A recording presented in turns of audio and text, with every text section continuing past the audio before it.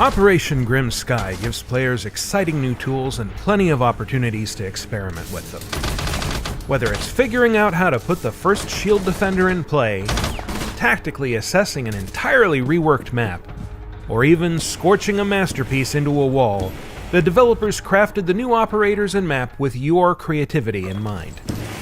In a competitive way, it's not really useful to do clouds in walls, but I mean, you give this possibility to players, you give a space to express weird tactics. So oftentimes it's like, yeah, we're making this toolbox there, and here, have fun, and then try to create something. And then it comes back to us like, oh yeah, that's clever. When it came to creating Clash, we iterated on her biography and on her psychological profile until we thought it was just right for this character. So Clash was once a riot police officer, so she knows exactly how and when to deploy the shield. So she has a very classic London police uniform because we wanted to focus about the attitude. We wanted to focus on her face. This is where you stop. The shield is kind of the part of the character, and so we designed the shield at the same time of the operators because we wanted to know the visual interaction between each other. We took the decision really to make the shield full transparent, to always be able to see her. We tried to grab what we like about shield and make it an even more advanced version of that, something that is probably the most shieldy operator we have in the game. She's super tough, super resistant, 3 armor, big shield, but that was the first step, going from shield to this, okay, let's remove the lethality, it's not needed in defense, and then actually enforce team play a lot more. So let's explore that. It was the first step, and then when I should be able to do something more. I should be able to provide debuff, provide something like that, and that's where we went to the idea, okay, so maybe my shield is actually an active shield I can use.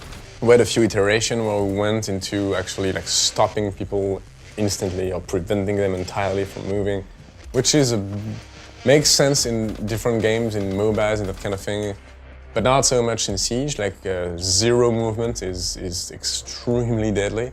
Shanka can attest of that. At that point, we were like, okay, that's interesting to be able to control movement. We have to work a fine line in terms of balancing between how much I can slow people down, how fast can I pull the shit back and hold my gun, the size of the gauge as well, all those things. And we have been through a lot of steps. There was 2 main inspirations for this shield. It's something that exists that is a taser shield. It's much smaller, but it exists in the reality, and the riot shield. So we mix these 2 shields to make a totally new one, and we have kept the branding from the London police.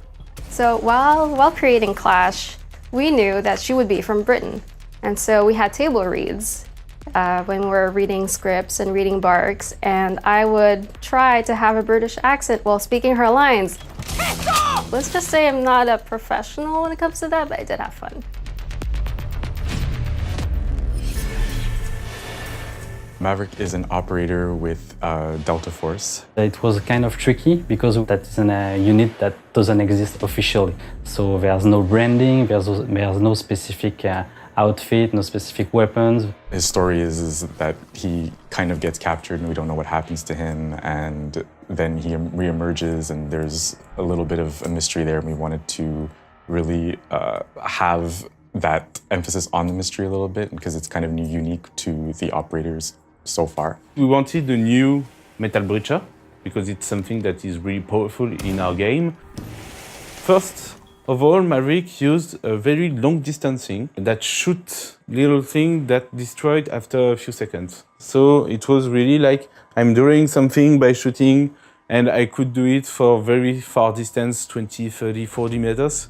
And that was the first thing we tried. And quickly we found out really too powerful. You could be at 30 meters, destroying a full wall. The fun was immediate with the fact that you could draw what you want.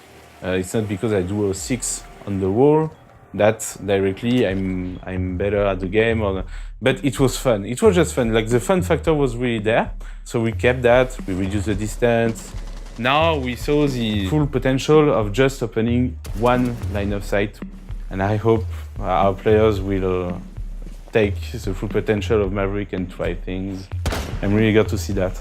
He was captured and he had to find a way out, so he had, because he's so smart, he had built a very rough prototype of the gadget and was able to escape in that way. And now in the game, we have come to this final version. The torch, the main challenge wants to not doing something that looks like a weapon. The first iteration we did, it looks like a weapon, and it was an issue because we don't want people to think, oh, I can torch people. We didn't want to do like a flamethrower or something like that. There's the functionality part, and then there's like the narrative part. Okay, so the torch has acetylene and oxygen in it. Okay, but what is scientifically correct? What is this? And then the narrative part is, okay, what would it look like, and how would he have made it? What would the early version have looked like? And so there's two different things you have to balance and make sure that everything is accurate. We padded it with metal so people don't think they can shoot into the canister and make the character explode.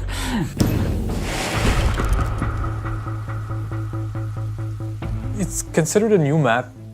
We're taking a map that from our legacy and we're putting it up to date with how the game is played now. Mostly we aim to bring it back into a more competitive state. To be able to go back and work on stuff that you did 2 years ago and just improve it is something quite unique, and it's really fun to do that again.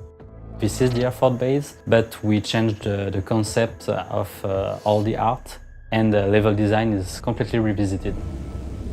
What was Hereford at the beginning? And basically it was farms. So we keep the original walls of the farm, the roof, the farm itself stay there, and we build the training area with the stuff that could be in a farm. And one funny thing also about Hereford is it was our prototype for Siege back in the days.